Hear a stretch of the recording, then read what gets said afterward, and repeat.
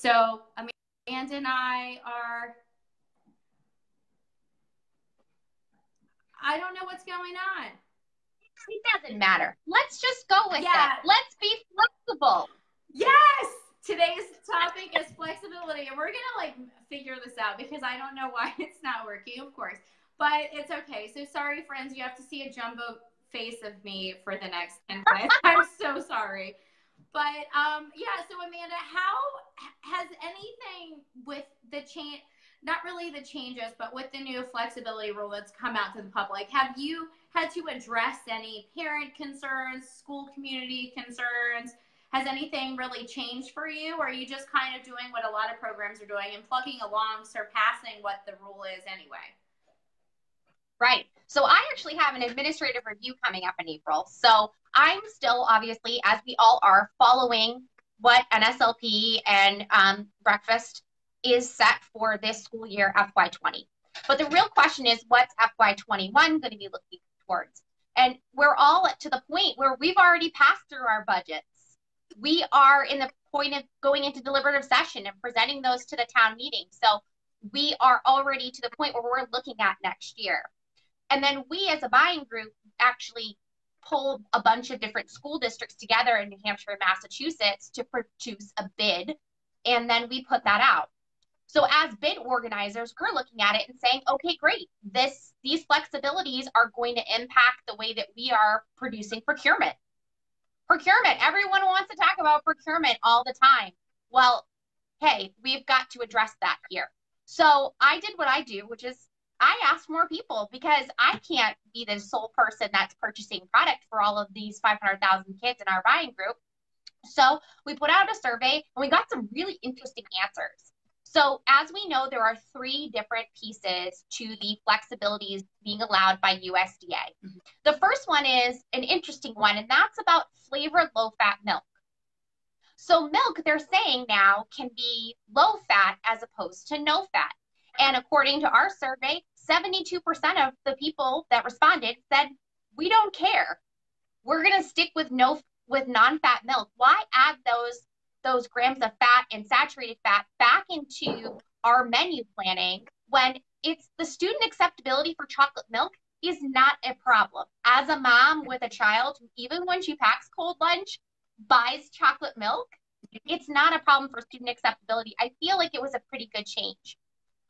Do you have any, I know you sometimes work with the Dairy Council. Is this something that they were really pushing for? Or I know you can't speak for them, but what's your overall impression of that flexibility? I mean, I view it as a twofold thing. So coming from an RD's perspective, my big thing is that we know children are deficient in phosphorus, calcium, vitamin D. So if a child will not consume non-fat milk, but they will consume 1% milk, whether that's flavored or unflavored, I look at the whole nutritional profile of that 8 ounces of milk, where you're getting 8 grams of protein, you're getting the vitamins and the minerals and the nutrients they need to grow and develop.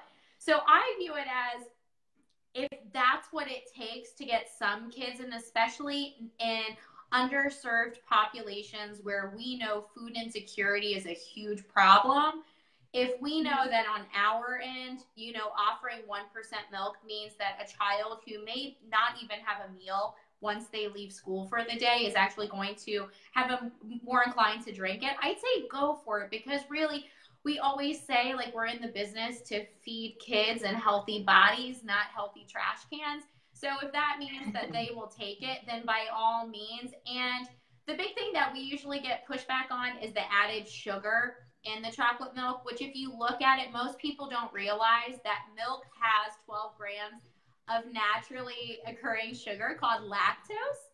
So one of those things, and if you look, most of the chocolate milks in schools and then at the stores only have between 18 to 20 grams of total sugar. So those 6 to 8 grams of added sugar, it's so minute. It equates to, if a child consumed chocolate milk, 8 ounces of chocolate milk every day for the entire year, it would only equate to 3% of the total added sugar in their diet.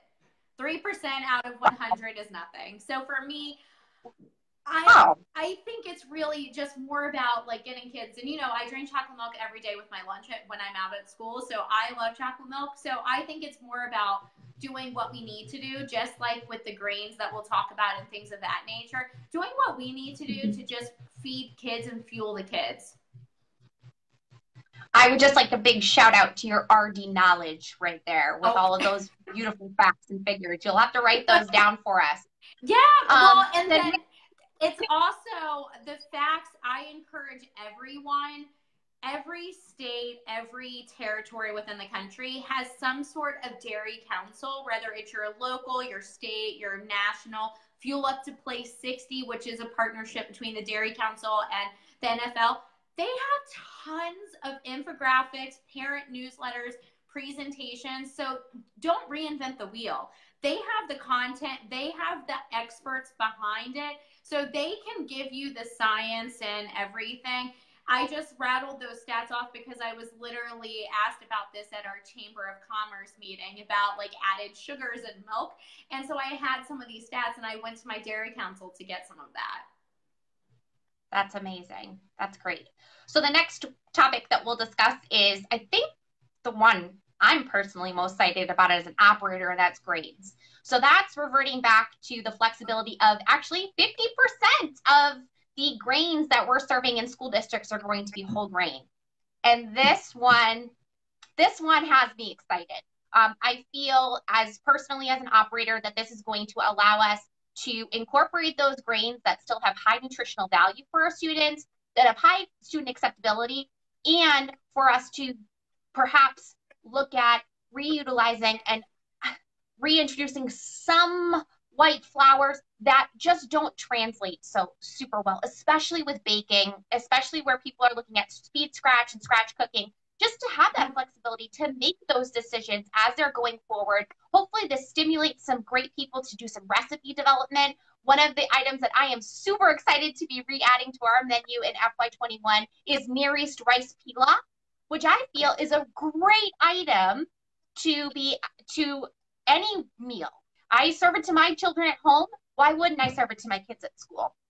So we asked this question of folks, and 43% of people said that there were very specific products that they would look at going to white. And 8% said, I want so many items to be white grains. So I think that and then there were 14% who said, no, we're not going to do any white grains. We're not going to go backwards from the strides that we've made to explain to the kids about what the health benefits are to whole grains. And we see that as a step backwards, and we prefer to move forward in our nutritional journey in our district. And I think that's a pretty good differentiation of how people are going to feel about this. Some people feel very vehemently that they're not going to introduce anything in white grains, and some people are like, bring on the white pasta. So how do you feel about that one?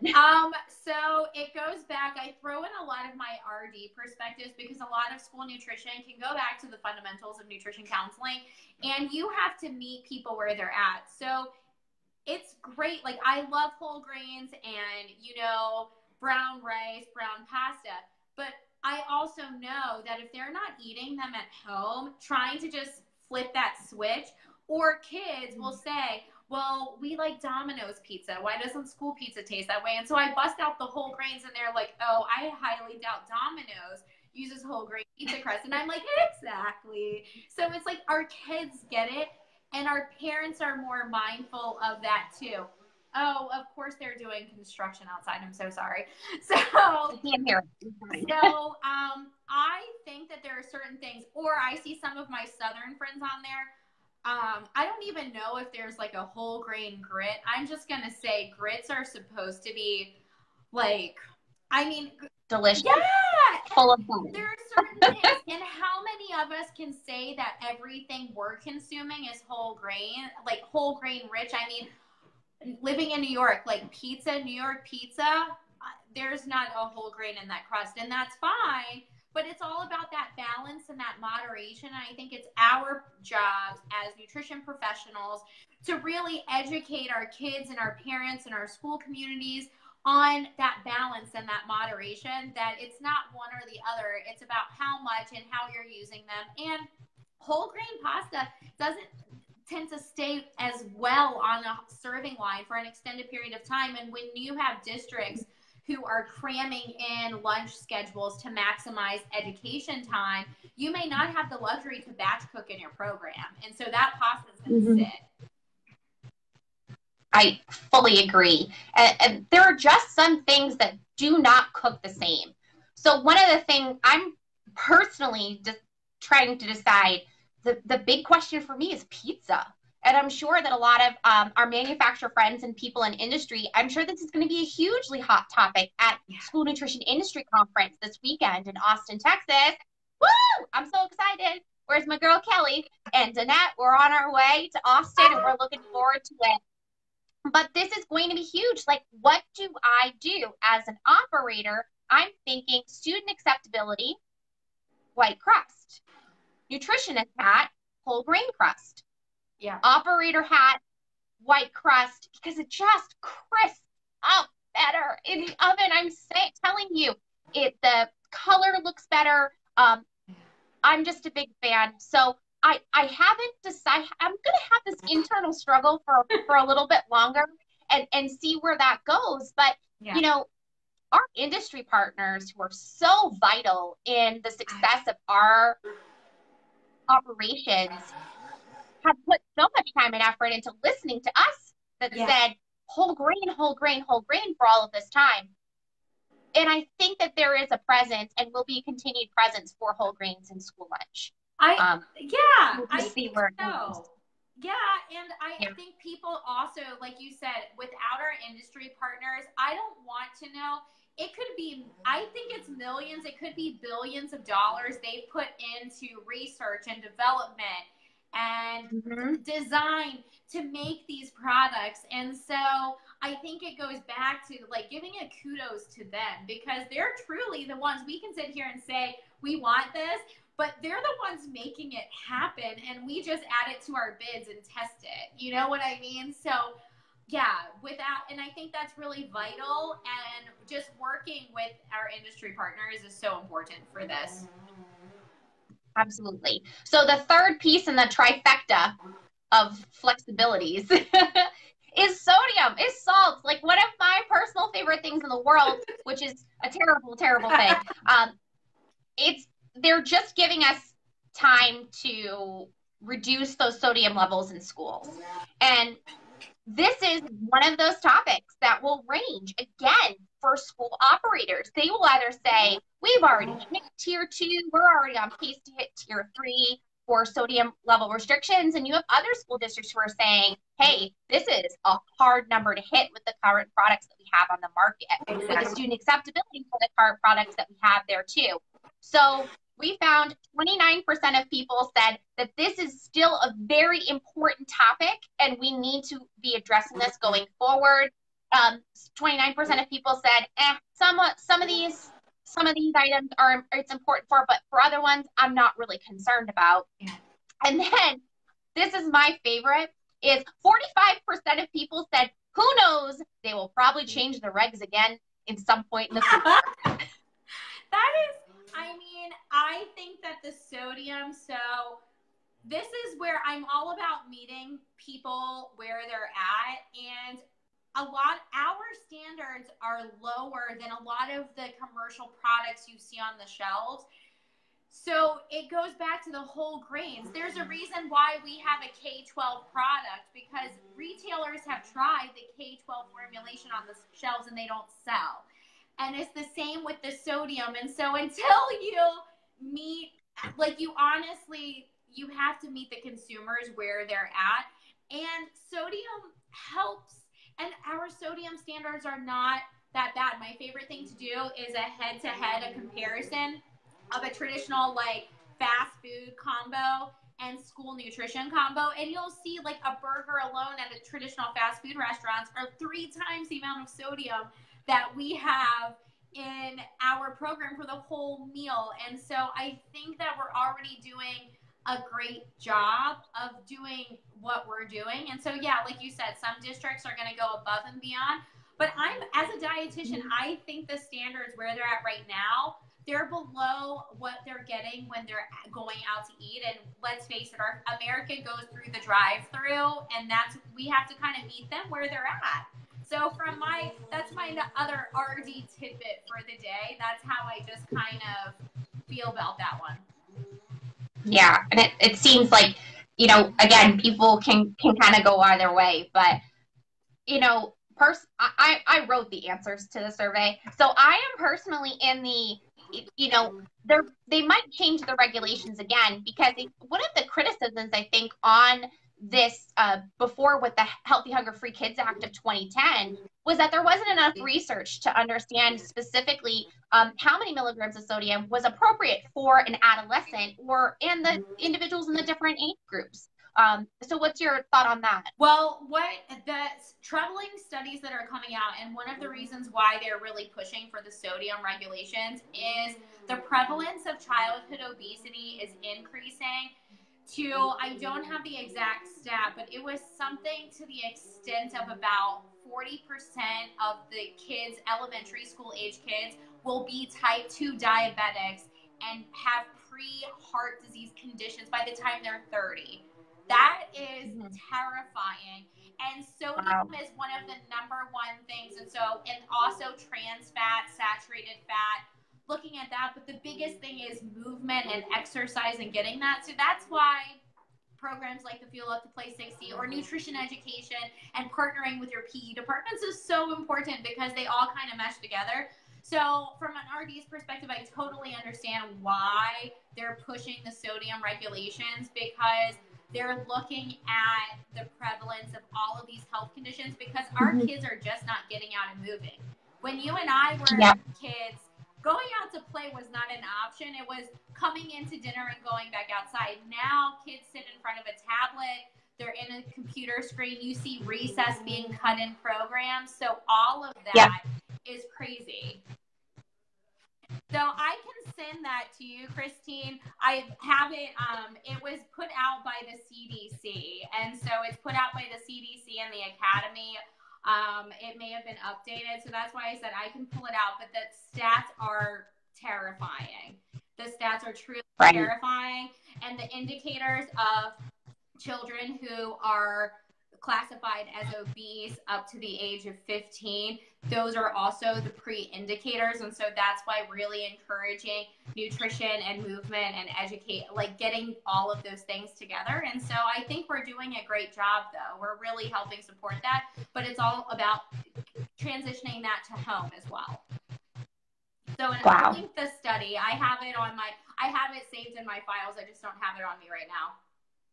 Sure. So why don't you post that in Live from My Desk on our Facebook group, and check back throughout the week, because we're going to be having some great, what we're going to call tangibles from everything that we talk about each week, posting things and different files and links, and continuing the conversation throughout the week. And we want to hear from all of you. And Stefanie, tell them what they can expect this season on Live from My Desk. We have a lot of fun stuff. So we have special guests. So we have reached out to school nutrition operators across the country who inspire us, and we're bringing them on for them to share their stories and to talk about some of the fantastic things they're doing. And Amanda, do you want to share the big thing that we're going to start doing, or are we going to wait and let them?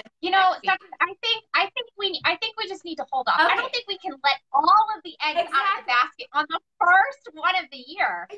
Okay. We can't tell them yet, but we can tell them that this Saturday, very early in the morning, we are going to be, we being me, myself, and Stefanie, I'll bring you along. You're going to come along for the ride, because we're going to be broadcasting live from my desk every day from School Nutrition and Industry Conference in Austin, Texas, where school nutrition operators and industry partners will be sitting down to discuss some hot topics. I am sure flexibility is going to be a conversation.